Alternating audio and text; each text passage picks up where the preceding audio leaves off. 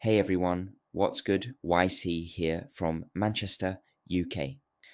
It's a cold Friday night, the rain's hammering down as usual, and this week the news absolutely blew up. Australia just became the first country in the world to enforce a total social media ban for anyone under 16. No TikTok, no Insta, no Be Real, nothing. And as a dad with a 7-year-old and a 3-year-old who treat their phones like extra limbs, this one landed right in my house.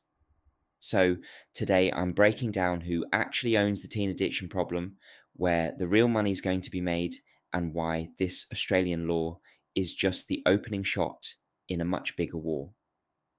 Let me set the scene. Right now, my kids are upstairs. One's learning the latest dance off TikTok, the other's in about 7 different group chats, and both of them know exactly what every mate is doing over the Christmas holidays, even if those mates are in Dubai, Toronto, or Marbella. Now, rewind to me at their age in the early 2000s here in Manchester.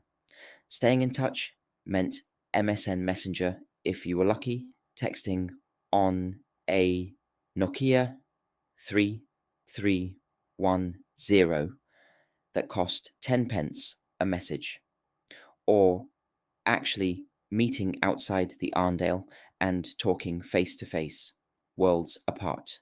Look, I'm not here to demonize the apps completely. Social media is how young people organized the climate strikes, how they call out mental health issues, how they crowdfund for mates in trouble. But we all know the damage is real. Doom scrolling at 1 a.m., body image anxiety, straight up engineered addiction, and the science isn't even controversial anymore. So when Australia drops this under 16 ban, the internet splits into the usual tribes. One side, yes, protect the kids. The other side, nanny state, free speech is dead, good luck enforcing it. Both sides have valid points, but both sides are also missing the point. Governments writing rules is like trying to empty the ocean with a teaspoon while the platforms keep pumping in more water. Because here's the bit that actually matters from a money perspective. These companies are not media companies, they're attention casinos. Every swipe up, every just one more story, every perfectly timed notification is built by teams of PhDs whose entire job is to keep eyeballs glued.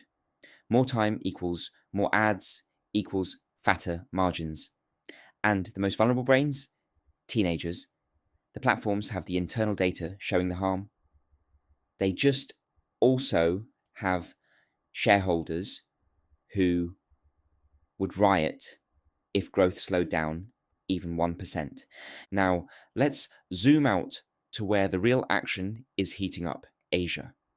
Southeast Asia has some of the highest daily social media usage on the planet. This week, Nikkei Asia ran a piece on Indonesia where influencers are pushing dodgy crypto schemes and pump and dump stocks to kids who've never even opened a spreadsheet. Teenagers are taking out payday loans promoted in the same feed to FOMO into meme coins. Absolute chaos, and the platforms take their 30% cut while shrugging, "We're just a neutral tool, mate." So, if regulation is always 10 steps behind and the companies won't fix themselves until it hurts the share price, what actually happens next? Here's my call, and it's the investment angle nobody's talking about yet. The moment the lawsuits, the advertiser pullbacks, and the insurance costs get painful enough, the incentives flip overnight. Suddenly, teen safe mode with hard 60-minute daily limits, no infinite scroll, and zero manipulative algorithms, but manipulative becomes a premium feature.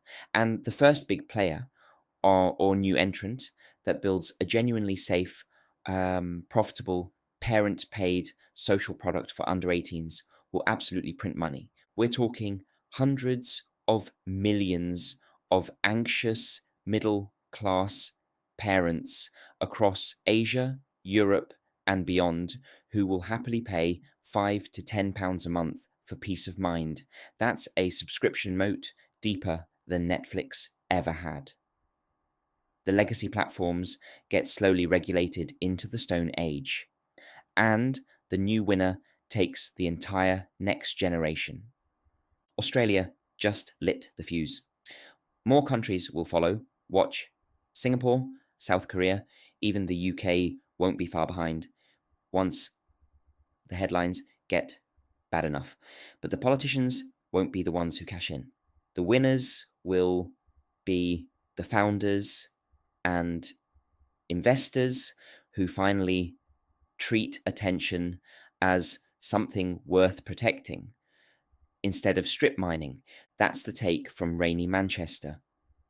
Drop in the comments, would you pay for a properly safe social app for your under-16s? Or is full offline the only way? Hammer the like button if you think the platforms should be the ones footing the bill for the mess they made, and I'll see you in the next one. Have a cracking weekend, stay warm, and I'm out.